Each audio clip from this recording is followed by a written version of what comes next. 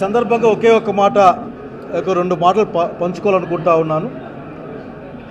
ఈ రోజున ఆంధ్రప్రదేశ్ రాష్ట్రంలో ఎన్డీఏ కూటమి చంద్రబాబు నాయుడు నాయకత్వంలో సత్యదూరమైన హామీలు ఇచ్చి సత్యదూరమైన మాటలు అబద్ధాలు చెప్పి రోజున గద్దెనెక్కిన నేపథ్యంలో ఆంధ్రప్రదేశ్ రాష్ట్ర ప్రజలకు కష్టాలు రోజు రోజుకు పెరుగుతున్న కాలంలో ఎన్డీఏ యొక్క ఆర్థిక సామాజిక విధానాల్ని రాజకీయ విధానాలను ఎదుర్కోగలిగింది జగన్మోహన్ రెడ్డి నాయకత్వంలో ఉన్న వైఎస్ఆర్సీపీ పార్టీని నమ్మి ఇక్కడి నుండి ఎన్డీఏ కూటమిని ఎదుర్కోవాలి అనే ఉద్దేశంతో చేరడం జరిగింది.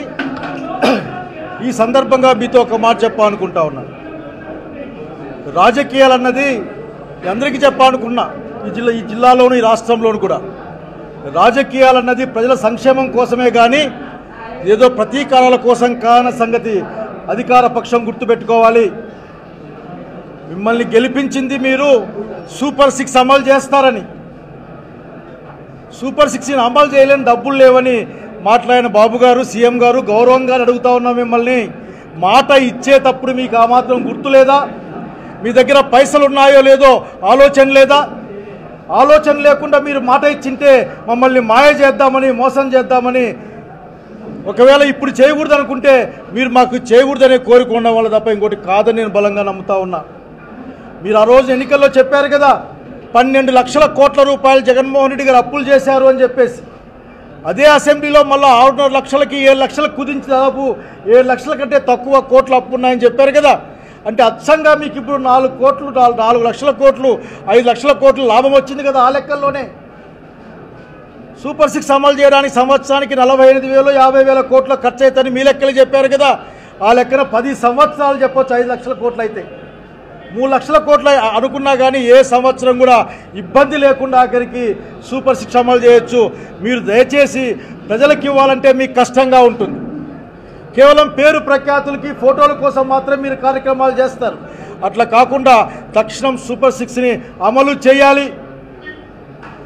మన ఎవరో మాట్లాడుతూ ఉన్నారు, క్షమాపణలు గిమాపణలు ఇక్కడ పనిచేయవు. ప్రజలకు ఏం మాట ఇచ్చారో పాలకుడిగా ఆ పని చేసి తీరాలి. తక్షణం సూపర్ 6 అమలు చేయమని డిమాండ్ చేస్తూ ఉన్నాం. ఒక్క రంగం కాదు, అన్ని రంగాల్లో ఈ రోజున వెనుకబాటుతనం. ఈ 7-8 నెలల తర్వాత కూడా ఈ రాష్ట్రంలో మీరు చేసిన పని ఒక్కటి కూడా లేదు, ఒక్కటి కూడా కనపడడం లేదు. ఈరోజు కూడా విశాఖ ఉక్కు ఫ్యాక్టరీని దొడ్డిదారిన ప్రైవేటైజేషన్ తప్ప ఇంకోటి కనపడలే ఇక్కడ.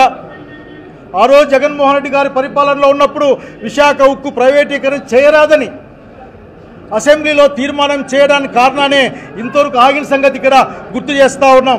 కనుక సత్యదూరంగా అబద్ధాలతో ఎంతో కాలం జీవితాన్ని తీసుకెళ్ళలేరు. శాంతి భద్రతల గురించి తక్కువ మాట్లాడుకుంటే చాలా బాగుంటుంది అనుకుంటా ఉన్నాయి. నాగరికి నేను ఒక్కటే ఒకటి అందరినీ కోరుకున్న మాట ఒక్కటే, పరిపాలన కోసం ప్రభుత్వాలు ఉంటాయి. పరిపాలన అంటే ప్రజల సంక్షేమం, అట్లాగే సంఘంలో శాంతి, అట్లాగే అందరూ కూడా ధైర్యంగా బతికే ఒక రోజు ఉంటాయి తప్ప భయపడుతూ ఉండే కాలాన్ని తెచ్చే మీ ప్రయత్నం మంచిది కాదని చెప్తున్నాం. ఎదుర్కోవడానికి వైఎస్ఆర్సీపీ కార్యకర్తల సహకారంతో వాళ్ళతో కలిసి ఖచ్చితంగా మీ విధానాలు ఎండగడతామని తెలియజేస్తూ ఉన్నాం. అట్లాగే ఇంకొక కారణం వల్ల కూడా ఈ కార్యక్రమంలో నేను చేయడం జరిగింది. ఈరోజు ఆంధ్రప్రదేశ్ రాష్ట్రంలో ప్రజల కోసం మాట్లాడాలి. ఈరోజు ఎవరు మాట్లాడినా మెడికల్ కాలేజ్ చూసాం కళ్ళు ఎదురుగా. ఆ రోజున అనంతపురంలో ప్రైవేట్ మెడికల్ కాలేజీగా అంటే ఒక సహకార సంఘం అటువంటి ఒక సంఘం కాలేజీగా మారే కాలేజీని ట్రస్ట్ కాలేజీగా అనంత వెంకటరామరెడ్డి గారు ఆ రోజున మేమంతా ఉన్నాం. అట్లాగే వామపక్షాలంతా కలిపి దాన్ని గవర్నమెంట్లో పెడితే ఈ రోజున మన పిల్లలు చదువుకుంటా ఉన్నారు, బీదా బిక్కిపోయి వైద్యం చేసుకుంటా ఉన్నారు. అట్లా ప్రతి జిల్లాలో ఒక ప్రభుత్వ మెడికల్ కాలేజ్ ఉంటే బీదా బిక్కికి మంచి వైద్యం వస్తుంది, పిల్లలకు చదువులు వస్తాయి. ఎస్సీ ఎస్టీ బీసీ అలాగే పేదలకి ఫీజులు ఎక్కువ లేకుండా చదువు వస్తుంది. స్కాలర్షిప్లతో కలిపి ఆ మాత్రం తెలివితేటలు లేవా? ద్రోహం ఉంది మీ దగ్గర. ఎవరు కూడా భారతదేశంలో మెడికల్ కాలేజ్ సీట్లు మాకు వద్దు, కాలేజీలు మాకు వద్దని రాసిన ఏకైక ముఖ్యమంత్రిగా మీరున్నారు. గమనించండి, ప్రజల పక్షాన సిద్ధంగా ఉన్నాం. మా విద్యార్థి విభాగం నుంచి కూడా మీరు చేయలేరు, ఆఖరికి సాధ్యం కాదు. పులివెందులకు వెళ్ళండి, మెడికల్ కాలేజ్ చూడండి, పూర్తి అయిపోయింది. ఒక 10 కోట్లో 20 కోట్లో ఖర్చు పెట్టలేని అధమ స్థానంలో మీరు ఉన్నారని అడుగుతా ఉన్నాం. అల్లూరు సీతారామరాజు మెడికల్ కాలేజ్ ఉంది, అది కూడా పూర్తిగా వచ్చింది. గిరిజన ప్రాంతంలో ఒక మెడికల్ కాలేజ్ గవర్నమెంట్లో ఉంటే గిరిజన బిడ్డలు డాక్టర్లు అవుతారు. అక్కడ ఉన్న పేద గిరిజనులకి వైద్యం అందుతుంది.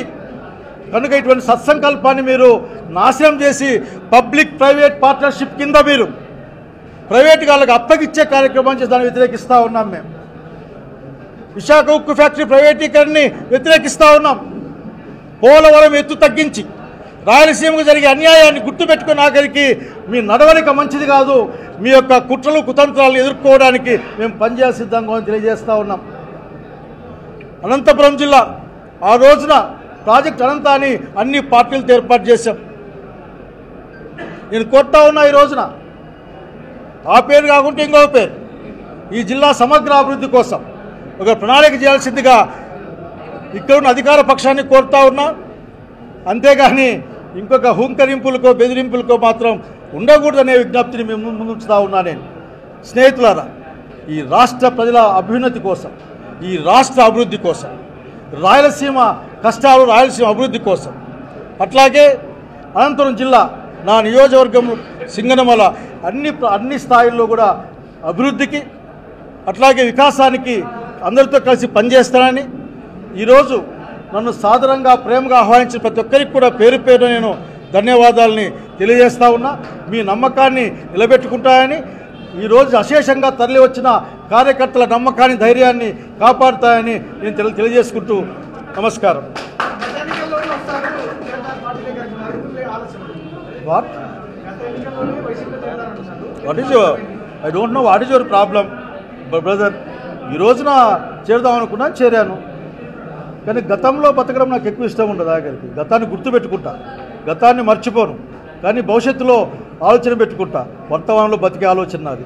సో ఈ రోజున చాలా విషయాలు చాలా కాలం మాట్లాడుకుంటాం. ఒక్క కొత్త స్కూల్ వచ్చింది ఈ రాష్ట్రంలో, ఈ జిల్లాలో. నేనంటే బాగుండదు కానీ మేము కట్టినవి కానీ కనుక మాట్లాడదాం, తప్పేం లేదు. Today is fact.